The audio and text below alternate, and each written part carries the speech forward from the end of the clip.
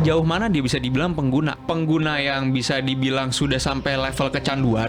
Yang ini saya setuju, dia ini sadar ini salah, ini melanggar peraturan, melanggar undang-undang. Dia tahu ini merusak dirinya sebetulnya, akan tetapi dia langgar begitu saja untuk happy-happynya dia. Justru kalau begini membuat efek jerah. Rehabilitasi ini kan lebih mahal ongkosnya dibanding penjara. Mereka ini nangkep barang bukti 0,3 gram, which itu sebetulnya dikategorikan sebagai pengguna. Tapi setelah didalami lagi dari history chat, dari transaksi bank transactionnya, ternyata dia lebih banyak melakukan jual beli. Ternyata di bandar. Ini bandar malah lepas. Tonton Tom and Jerry, Mas. Ada perspektif atau pandangan bahwa kita ini melegalisasi penyalahgunaan. Itu kan jangan sampai itu. Ekonominya ke bawah, menghasilkan uang sedemikian rupa sebanyak ini, mungkin bisa sampai triliunan, ratusan miliar. Mending gue pasang badan aja lah misal di penjara. Di Gen Z ini karena dia bukan pengguna narkoba, dia merasa gue bukan pengguna narkoba, ngapain gue ngurusin. Kita kembalikan ke lapangan, akan sangat berbahaya. Yang berbahaya itu bukan hukum yang salah, tapi orang yang diam atas ketidakadilan. Kita mau benar-benar selesaikan atau ini mau jadi lahan bisnis para mafia?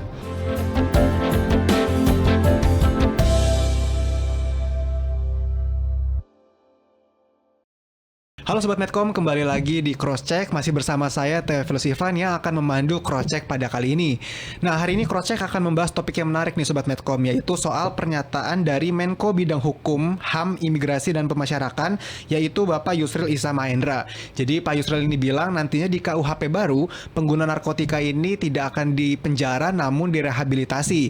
Nah, tentunya ini menjadi menarik untuk dibahas, apakah rehabilitasi ini cocok dan juga seperti apa teknis pelaksanaannya. Dan untuk membahasnya lebih lanjut sudah hadir bersama saya di studio, yaitu ada Bang Aga, dan juga nih satu narasumber lagi yang menarik adalah mantan Presiden BEM Universitas Paramadina dan juga aktivis Gen Z di Distrik Berisik, yaitu Bang Afik Naufal. Terima kasih Bang Afik udah bergabung. Nah, sebelum kita bahas soal pernyataan Pak Yusril nih, saya mau mengutip peristiwa yang kemarin ini baru hangat terjadi. Jadi kemarin ceritanya Bareskrim Polri ini menggerebek sebuah pabrik narkoba di perumahan elit di Bandung. Nah, kalau abang-abang lihat sekalian ini, mereka ini mengemas narkobanya ini menjadi kemasan yang menarik. Jadi dalam bentuk tulisannya tuh Justi, dan kemasannya tuh warna-warni dan ada logo anak kecil, dan seolah-olah ini menarik anak muda nih untuk membeli produk tersebut. Nah, yang ingin saya tanyakan dulu ke Bang Aga deh, sebenarnya tren penggunaan narkoba ini di anak muda ini semakin mengkhawatirkan nggak sih Bang Aga? Kalau dari yang gua apa saya anaknya ya? Gua aja boleh deh, biar lebih nyantai. Gimana Bang Aga? Kalau dari yang gua lihat sama dari data ya sebetulnya. Jadi sebetulnya kalau kita lihat secara bersama nih, Indonesia ini bisa dibilang sekarang dalam keadaan atau kondisi darurat narkoba. Kalau tadi pertanyaannya anak muda nih trennya gimana? Menurut gue sih itu udah lama kali ya. Kalau masalah anak muda nih kena atau mungkin remaja atau mungkin umur-umur gue gini juga udah gak remaja lagi kan, tapi ya masih anak-anak muda lah. Karena dari data yang gue dapet dari BNN, jumlah pengguna narkoba ini atau penyalahguna narkoba ini makin tahun tuh makin meningkat, bukan makin turun. Bahkan sampai sekarang nih udah menjangkau ke remaja. Remaja ini mungkin anak umur belasan tahun juga udah banyak yang kena. Untuk angka itu udah ada di 3,3 juta orang. Wow. Itu penyalahguna narkoba. Jadi sebetulnya kondisi kita saat ini udah sangat memprihatinkan. Bahkan kalau misal kita mau tarik lagi ke belakang, sebelumnya ini juga Pak Presiden Prabowo Subianto pernah ngomong bahwa narkoba ini adalah salah satu cara untuk melemahkan negara kita. Bahkan juga setelah itu ditindaklanjuti oleh salah satu program Pak Prabowo, itu ada des khusus itu dari Menko Polkam. Melalui Menko Polkam itu ada des pemberantasan narkoba, itu salah satu program Astacita Pak Prabowo. Kita tarik lagi ke belakang sebelumnya, Presiden RI ke-7 Pak Presiden Joko Widodo dulu berkali-kali ngomong setiap hari peringatan anti narkotika internasional, itu tuh selalu bilang bahwa kita ini dalam keadaan dalam kondisi darurat narkoba, bahwa narkoba ini adalah extraordinary crime. Dimanapun kita berada, narkoba ini harus diberantas. Ini udah dari lama, sedangkan semakin tahun jumlahnya bertambah, dan kalau kita lihat juga mungkin tadi penjualannya ini oleh sindikat narkoba ini semakin apa ya, terampil dan semakin ada di mana-mana. Dan kalau kita lihat lagi sekarang nih, banyak lah.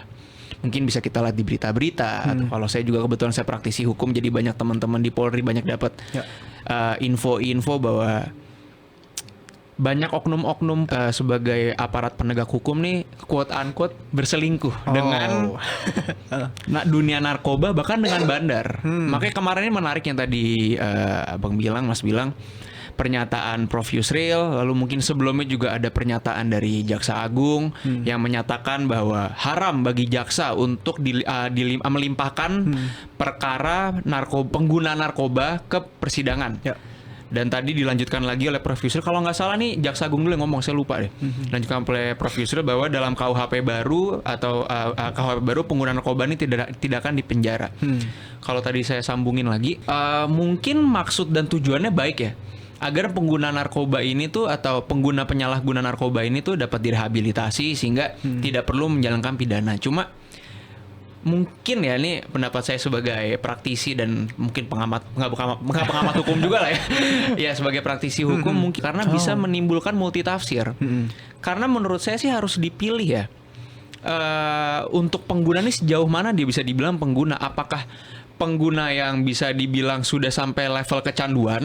Yang ini saya setuju. Saya amat sangat setuju bahwa ini harus direhabilitasi karena orang yang sudah sampai titik kecanduan, menurut saya pribadi lagi, saya kembali lagi nih menurut saya, tidak ada gunanya untuk menjatuhkan pidana, tidak akan ada efek jerahnya. Malah namanya orang kecanduan, bagaimanapun dia akan membutuhkan lagi untuk bisa memenuhi menghilangkan rasa candunya itu, apa sih istilahnya, sakau.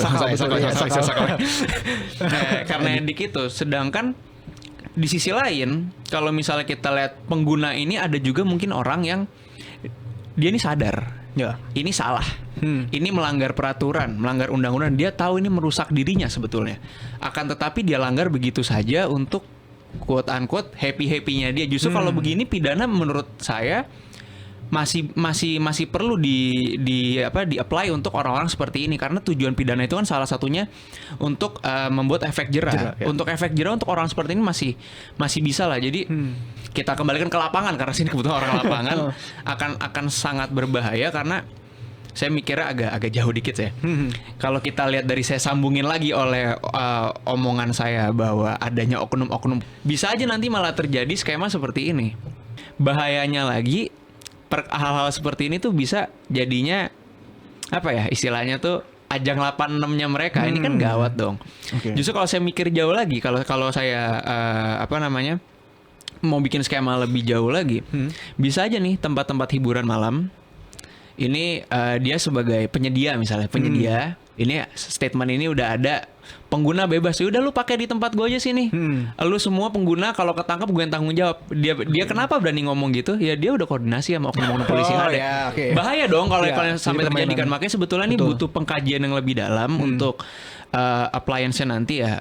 Jadi nggak bisa terlalu sama ratain semua pengguna nih mana yang memang harus direhabilitasi, udah gitu batasannya apa aja sih itu harus jelas, karena ini bisa menimbulkan multitafsir dan praktek-praktek ya nakal lainnya ke depannya. Kalau menurut gue gitu sih. Oke, nah nanti akan ada pertanyaan lanjutan nih dari pernyataannya Bang Aga nih. Tapi sebelum saya pengen ke Bang Afik dulu. Tadi Bang Aga udah menceritakan bahwa sebenarnya masalah narkoba ini udah masalah lama dan bisa dibilang pelik ya. Nah, saya ingin nanya dari kacamata Bang Afik sendiri. Narkoba ini masalah yang pelik dan bertahun-tahun pemerintah berupaya untuk memberantas ini. Kenapa narkoba tidak kunjung selesai masalahnya, Bang Afik? Jadi karena kita bahasnya KUHP ya perspektifnya, saya mau mulai karena sebagai Gen Z saya itu tumbuh nonton Tom and Jerry, Mas. Saya mau mulai ini dengan satu cerita Tom and Jerry. Jadi Tom itu kan diceritakan di rumah ya, ada majikannya. Dan Tom ini dengan kulit abu-abunya itu mungkin setiap bangun yang dibayangkan adalah nangkap Jerry, ya kan? Jadi dia sudah membayangkan perangkap mana lagi nih yang gue pakai buat nangkap Jerry kan? Mungkin dia taruh keju di sini, dia taruh perangkapnya di situ. Jadi dia udah bayangkan itu. Tapi pertanyaannya kenapa Jerry nggak pernah ketangkep gitu? Iya kan? Palu apa namanya, kayunya itu dipegang keras-keras dipukul. Kalau kita lihat adegan itu, tidak pernah ketangkep jarinya. Bahkan kadang-kadang kayak konyol Tomnya kan, dia jatuh di jendela ya kan. Kadang-kadang dia keluar dari rumah dan banyak kejahatan. Jadi Tomnya ini kayak badut gitu. Maksud saya adalah, jadi cerita Tom and Jerry ini mungkin aja Tom itu ketika dia gagal terus tangkap Jerry, dia duduk tuh di pojokan kan. Gimana ini saya tangkap Jerry kan? Kok nggak ketangkep-tangkep nih si Jerry kan? Nah, diubah perspektifnya. Mungkin selama ini kenapa Jerry nggak ketangkep? Karena kejunya bertaburan terus. Nah, jadi paradigma KUHP itu, ini saya masuk ke KUHP-nya Mas. Jadi paradigma KUHP itu, jadi kita berhenti tangkap-tangkapan karena pasti kalau kita kejar ada lagi, ada lagi. Kita ubah paradigmanya gitu. KUHP itu berpikir bahwa si Jerry ini, jadi Tom tadi itu adalah aparat negara, polisi dan aparat negara lainnya. Jerry ini kita ini ya, manusia pada umumnya. Jadi Jerry ini jangan dibiarkan punya keju gitu. Jangan dibiarkan ditaburkan keju lah. Nah, jadi paradigmanya itu kita tidak lihat lagi si pengguna narkoba itu sebagai pelaku kejahatan, tapi dia korban sistemik yang kita punya, sehingga perspektif hukumnya dalam paradigma hukumnya itu namanya restoratif justice. Jadi hukum itu untuk menyelamatkan orang. Jadi kita semacam orang itu kalau misalnya dia berbuat jahat harus dibunuh nggak sih? Atau harus dibuat sengsara nggak sih hidupnya? Nah, perspektif hukum yang baru, filsafat kemanusiaannya itu nggak gitu. Hukum itu harus malah menyelamatkan manusia yang tadi berbuat jahat menjadi orang baik. Itu gambaran idealnya ya. Jadi itu yang pertama, itu paradigma RKUHP yang baru atau KUHP yang baru yang nanti 2 tahun lagi kita bakal gunakan. Tapi pertanyaan selanjutnya yang kedua, KUHP ini, jadi kata Max Weber itu, pemerintah itu harus berjalan, tanggung jawabnya itu tidak instan, tapi jangka panjang dia, ya kan? Kalau kita perhatikan ya, ini kan sebenarnya langkah untuk menyelesaikan narkoba secara jangka panjang, bukan jangka pendek kan? Tapi pertanyaannya, kalau katanya positivismenya Hans Kelsen itu, hukum itu harus konsisten dia. Berarti ada inkonsistensi terhadap pasal 91 yang berbicara paradigmanya tentang kebebasan manusia, atau pasal 411 dan 412 tentang privasi kumpul kebo, bahasa dalam tanda kutip ya. Atau 424 tentang alat kontrasepsi, penggunaan alat kontrasepsi tanpa izin. Itu kan kriminalisasi moral.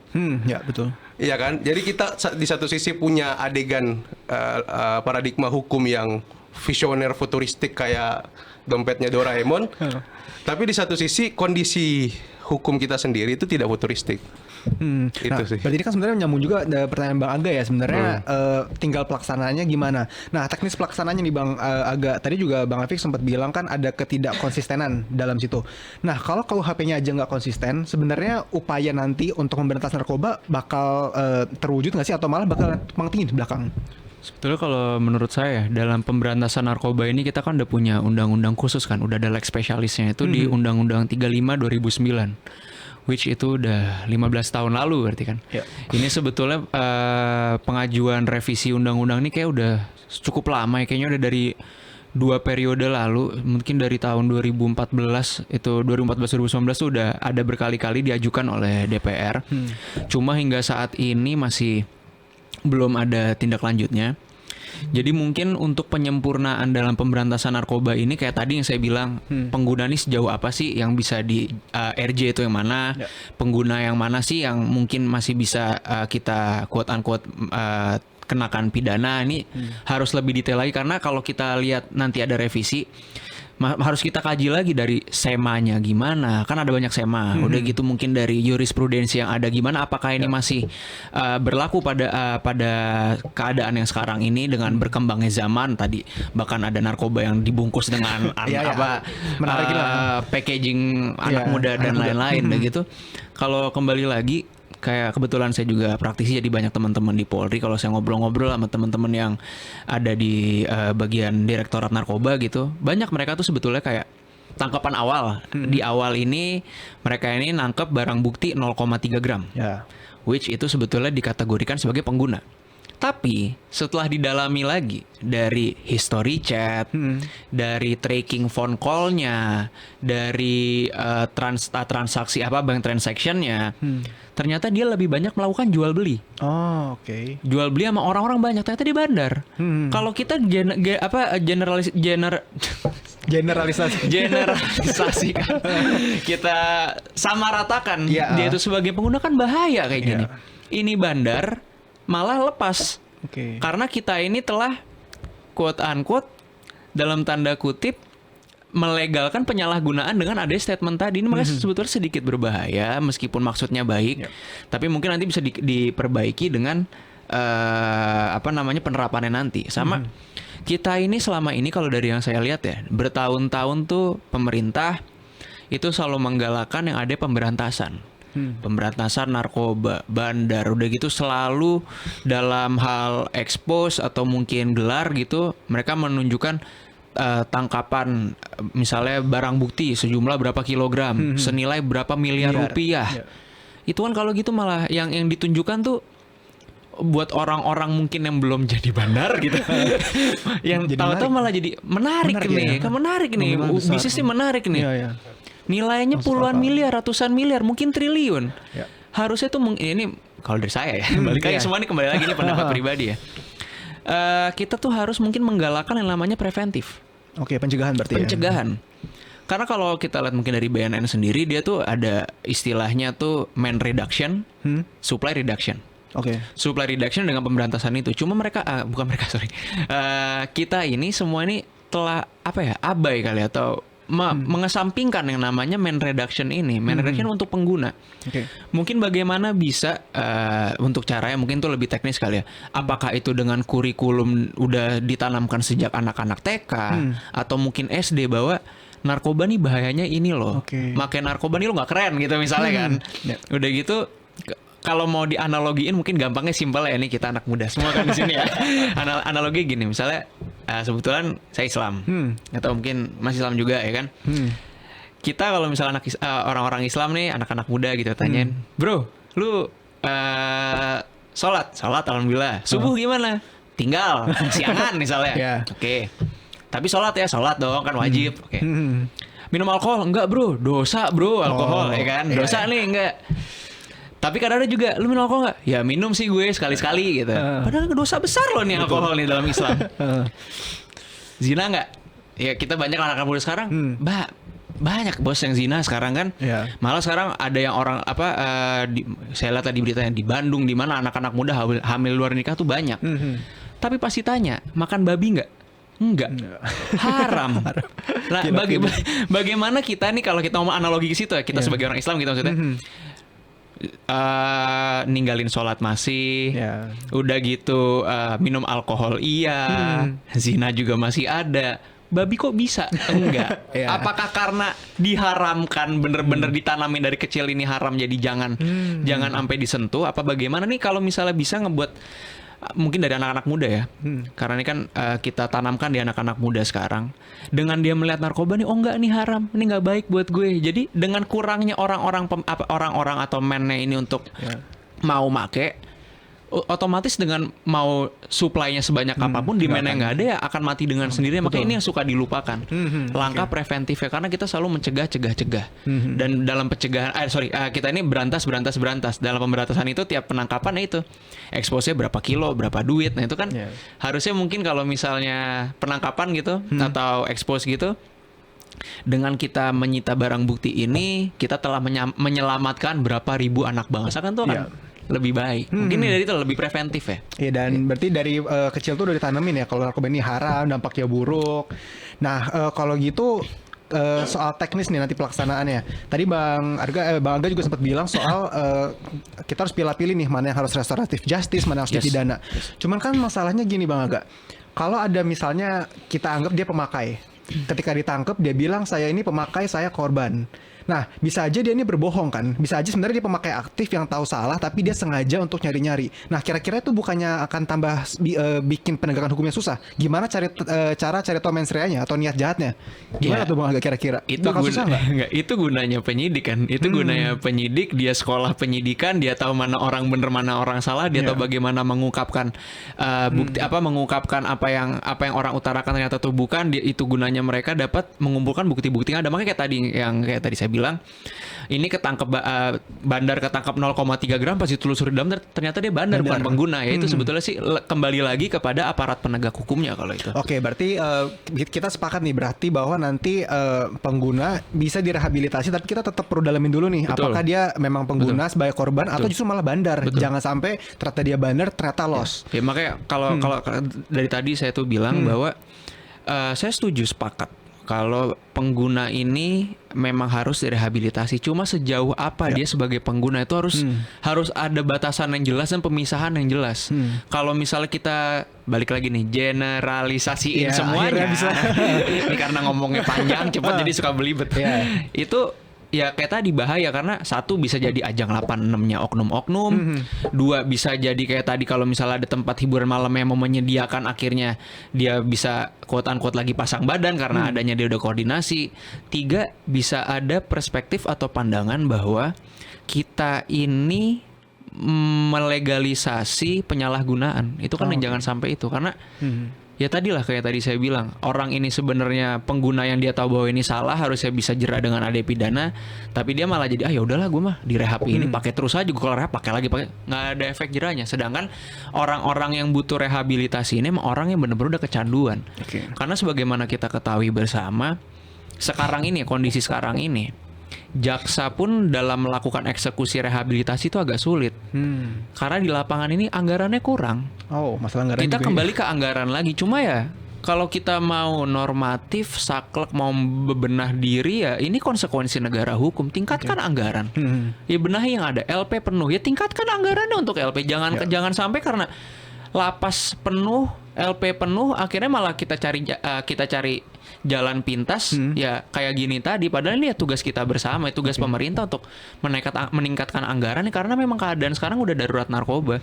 Jadi kalau kita lihat di berita, nggak di berita ya maksudnya, statement pemerintah juga yang extraordinary crime ini bukan cuma korupsi, terorisme, judol. Ya ini sekarang narkoba pun juga bagian dari itu. Jadi emang harus butuh kerja keras untuk memberesin ini semua.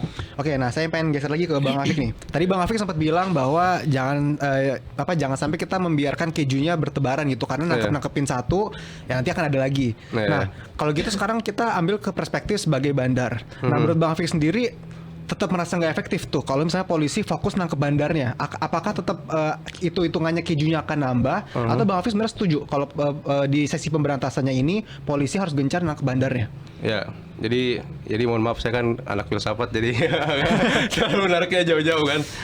Iya, nggak ada filsafat, nggak ada ilmu lain. Jangan digituin, bagus. Jadi saya kembali ke cerita Tom and Jerry lagi ya. Jadi pertanyaan paling utama kenapa sih Jerry-nya ini selalu tetap lolos kan? Nah, yang pertama kenapa Jerry-nya selalu tetap lolos? Jadi kita ini sebenarnya Jerry. Dalam perspektif analogi yang saya pakai ya. Jadi kita itu sebenarnya sibuk ngejar efeknya atau si Jerry-nya, tapi tidak sibuk mengejar sebabnya. Ya kan, tadi sebenarnya udah disebut juga si kejunya, yang si keju bertebaran tadi. Nah, keju yang bertebaran ini apa aja sih instrumen-instrumennya? Menurut saya ya, problem di kita bicara tentang narkoba, kita tidak pernah holistik bicara tentang akses pendidikan, kita tidak pernah berbicara tentang kemiskinan, kita tidak pernah berbicara tentang kesehatan mental, kita tidak pernah berbicara dengan isu-isu yang holistik yang saling terikat dengan narkoba itu gitu. Narkoba ini kan jadi kenapa si Jerry itu selalu hadir di rumahnya Tom? Karena kan memang ekosistemnya itu ada di situ. Problem kita ini ekosistem gitu, lingkaran setan itu tidak pernah kita mau buka, kita mau putus ya. Nah terus kan KUHP bilang gini, jadi kita nggak usah kejar lagi nih si Jerry-nya gitu, kita beresin kejunya gitu kan. Tapi problemnya kan rupa-rupanya ini ya di dalam si proses pemberantasan tadi yang dibilang sama Mas Aga juga banyak hal yang berkaitan dengan itu. Yang kedua adalah ini pakai statementnya Prof. Yusril, profesor ini ya yang ngomong ya. Ini kan kalau kita bicara yang jadi korban jadi pengguna narkoba itu ada yang mohon maaf ada yang taraf ekonominya rendah, ada taraf ekonominya tinggi. Terus nanti kita sudah tahu ya kondisi hukum kita seperti apa, nanti proses rehabilitasinya gimana gitu. Terus yang kedua, rehabilitasi ini kan lebih mahal ongkosnya dibanding penjara. Jadi ada fallacy logical fallacy yang dikatakan Prof. Yusril. Dia bilang kita udah capek ngurusin pengguna narkoba di penjara. Ini kan mindahin penjaranya ke rehab aja kan. Betul sama iya. Atau enggak ini sekarang mungkin di daerah seperti Jakarta ini rehabnya banyak gitu. Tapi kalau di daerah-daerah rehabnya mau di mana gitu. Jadi kita ini sebenarnya adalah bagian dari Jerry. Jadi kita ini Jerry yang berusaha bagaimana penegakan hukum, akses pendidikan, kesehatan mental, kemiskinan itu bisa kita hilangkan. Nah, yang ketiga adalah kita ini ya itu tadi terlalu fokus kepada pengguna. Di KUHP yang baru itu saya tidak terlalu melihat bagaimana sih alur pemberantasannya itu. Ini kan maksudnya ini narkoba dari mana sih? Iya kan? Sabunya ini dari mana sih?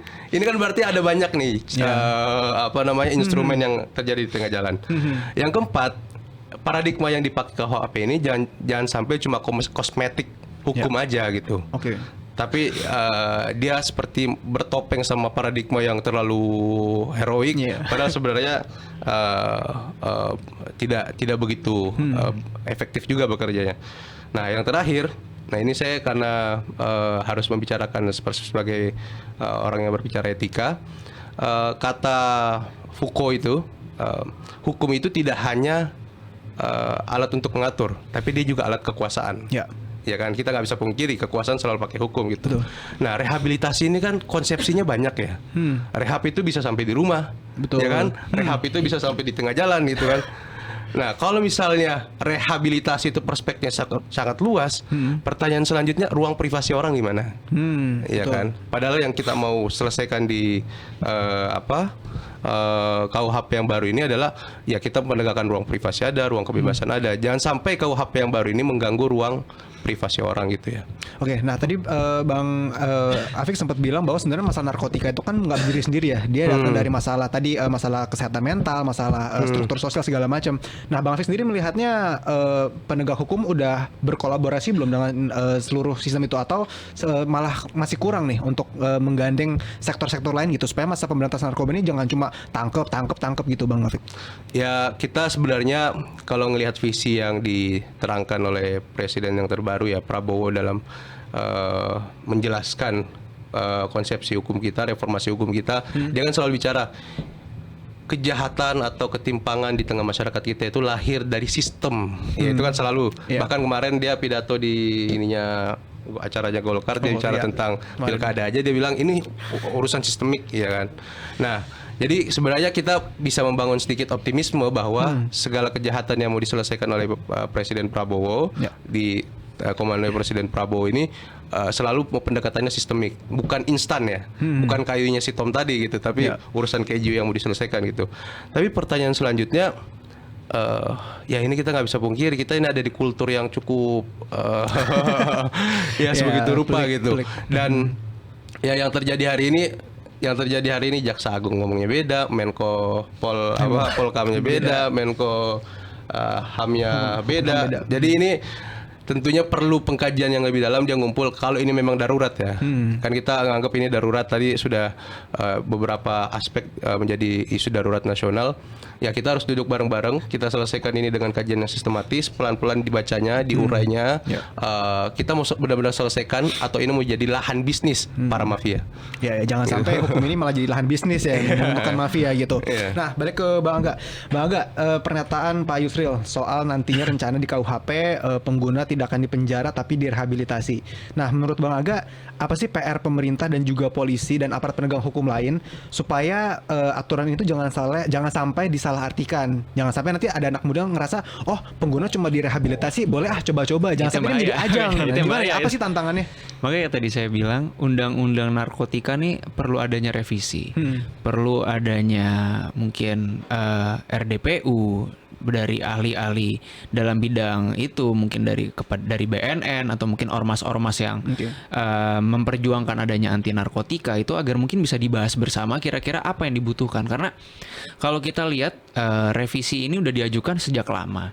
Mungkin kalau misalnya nanti mau jadi bahasan di DPR itu pembahasan yang dipakai 10 tahun lalu mungkin udah nggak relevan sekarang, sehingga harus ada lagi pembahasan yang lebih sistematis secara bersama-sama agar bisa ya menindaklanjuti permasalahan yang ada ini. Karena tanpa adanya hukum yang jelas itu akan sulit, karena timbulnya multitafsir itu bahaya kayak tadi ya. Nanti kayak anak muda nganggapnya apa, mungkin nanti dari kejaksaan nangkepnya gimana, dari teman-teman di Polri juga nanti nangkepnya akan sangat berbahaya. Makanya menurut saya sih udah sangat perlu lah revisi undang-undang narkotika sebagai leg spesialis untuk permasalahan narkoba ini agar segera diselesaikan, agar kita sebagaimana tahu juga bahwa Indonesia sedang darurat narkoba, sehingga ya mungkin emang tugas yang lama ya, nggak mungkin lah selesai dalam 1-2 tahun ya, pasti tugas yang panjang. Cuma kan kita harus start somewhere kan. Karena kalau misalnya saya juga ngobrol-ngobrol gitu sama teman-teman, narkoba ini udah sistematis, nggak cuma di Indonesia. Dari awal masuk aja udah sistemik gitu. Mungkin ada yang masuk itu dari Vietnam, ada yang masuk dari Malaysia. Dari Vietnam itu saya lupa Vietnam apa Kamboja apa mana, bukan daerah-daerah Southeast Asia sini lah. Itu tuh mereka tuh udah kayak hutan. Jadi tuh mereka tuh produksinya tuh dalam hutan, udah kayak negara sendiri, udah ada kartelnya sendiri. Bahkan mereka punya mercenary sendiri. Udah sedemikian peliknya. Dan Indonesia ini negara kepulauan, pintu masuknya banyak. Betul. Ya ini makanya banyak PR bersama lah. PR dari Polairut juga untuk sebagai pengamanan, PR dari pemerintahan juga, untuk dari legislator juga, PR dari kejaksaan juga, PR dari kita mungkin keluarga di rumah juga untuk bisa mengedukasi anak-anak. Makanya pencegahan ini bisa dibilang jauh lebih penting ya menurut saya. Kenapa? Ya kayak tadi, dengan tidak adanya demand, supply sebanyak apapun juga nggak akan ada gunanya. Dari awal sini tuh udah bisa perlahan memutus rantai itu. Karena kalau misalnya kita mau ngomong lagi, modal orang bikin narkoba di sana Vietnam, Malaysia sana butuh aseton H2O2, mungkin modalnya cuma 2.000 perak, masuk sini berapa ratus juta. Ya itu. Gimana itu bukan menjadi bisnis yang menggiurkan. Bahkan mungkin banyak orang yang, ya maaf yang tadi Mas bilang, ekonominya ke bawah. Ya gue menghasilkan uang sedemikian rupa sebanyak ini, mungkin bisa sampai triliunan, ratusan miliar. Mending gue pasang badan aja lah misal di penjara gitu. Gue bisa dapat uang di dalam juga. Kita tahu sekarang di dalam itu udah bukan rahasia umum, pengetahuan umum udah. Pengetahuan bahwa di dalam masih banyak orang-orang itu yang bandar-bandar di dalam masih ngendalin dari handphone. Maka itu juga tugas dari kementerian juga untuk masalah pemasyarakatan. Bahwa bagaimana caranya mungkin nanti di dalam lapas ini bisa menjadi blind spot area, HP nggak bisa sama sekali. Dengan nggak adanya HP kan mati dong mereka. Tugas bersama yang harus dibenahi bersama dari berbagai instansi yang ada. Jadi emang ini tugas yang berat, tapi kita sebagai bangsa Indonesia harus serius dalam menangani ini itu sih. Oke, berarti butuh political will yang kuat dari seluruh pemangku kepentingan supaya masalah narkoba ini benar-benar terputus gitu ya. Nah, mungkin terakhir nih Bang Afik melihatnya political will dari pemerintah dan aparat hukum nih udah mantep, kurang, atau masih harus dibenahi, dan apa yang bisa diharapkan dari KUHP baru ini soal narkoba, Bang Afik? Ya, saya mungkin sebagai penutup saya uraian dua aja ya. Jadi uraian pertama ya tadi saya bilang, saya sebenarnya kalau kita sebagai orang yang melihat kondisi hari ini, kita pasti agak pesimistik ya. Dengan paradigma baru yang revolusioner seperti ini di KUHP. Cuma ya itu pasti butuh keseriusan dari negara. Nah tapi di satu sisi kita sebagai generasi baru, generasi muda, generasi Z ya. Saya termasuk generasi Z di dalam sini. Gen Z, maksudnya Gen Z, kelahiran 2000. Sebagai Gen Z, kita harus memahami, mungkin kadang-kadang ya di Gen Z ini karena dia bukan pengguna narkoba, dia merasa gue bukan pengguna narkoba, ngapain gue ngurusin, ya kan? Ya kadang-kadang kan ada yang begitu juga. Kepedulian terhadap narkoba ini tidak begitu sense of belonging terhadap darurat negara ini tidak begitu. Tapi teman-teman Gen Z harus sadar atau teman-teman generasi muda itu harus sadar bahwa ini tidak hanya soal pemberantasan narkoba, ini soal penegakan hukum, ini soal masa depan hukum kita, ini soal keadilan sosial, ini soal-soal yang berkaitan yang lebih holistik kaitannya, ini soal masa depan kita gitu. Jadi kita ketika ngomong tentang optimis generasi Z, jangan menganggap ini bukan isu kalian karena kalian tidak menggunakan narkoba. Ini adalah satu tanda keterpurukan kita. Kalau misalnya narkoba ini tidak selesai, berarti banyak sekali PR di negara kita yang tidak selesai. Nah, selanjutnya saya mungkin agak ingin mendorong bahwa negara itu juga perlu menjadikan hukum sebagai ruang artikulatif yang kreatif. Maksudnya apa? Hukum itu mendorong kreativitas, kesenian, olahraga kepada hal-hal yang produktif gitu. Sehingga anak mudanya itu tidak terjebak kepada hal-hal yang tidak produktif. Persoalannya kan kadang-kadang nih anak muda kalau misalnya dia gabut ya, dia nongkrong nggak jelas kan, pelayanan. Nah, makanya menurut saya hukum itu harus dibuat lebih radikal ya sifatnya. Kalau misalnya ini revolusioner, ini lebih revolusioner lagi nih. Hukum itu sebagai ruang kreatif, ya kan. Hukum itu mendorong orang lebih produktif, hukum itu mendorong orang terlibat dengan kegiatan-kegiatan produktif. Terakhir mungkin ya, saya kutip Voltaire. Jadi dia bilang yang berbahaya itu bukan hukum yang salah, tapi orang yang diam atas ketidakadilan. Voltaire, sekian. Oke, berarti bahkan kalau kita diam atau nggak peduli pun itu termasuk kesalahan berarti Bang Afik ya. Oke, Bang Afik dan Bang Aga, terima kasih buat kehadirannya, seru banget pembahasan soal narkotika ini, dan tentunya meskipun asik dibahas, tidak asik dipakai dan jangan memakai narkoba. Oke, Sobat Medcom, dengan demikian berakhir sudah sesi cross check kali ini. Semoga podcast ini bermanfaat dan tentu kita harapkan penegakan hukum soal narkoba ini benar-benar holistik dari hulu ke hilir, mulai dari pengentasan penggunanya dan juga tentunya peredarannya bisa berkurang.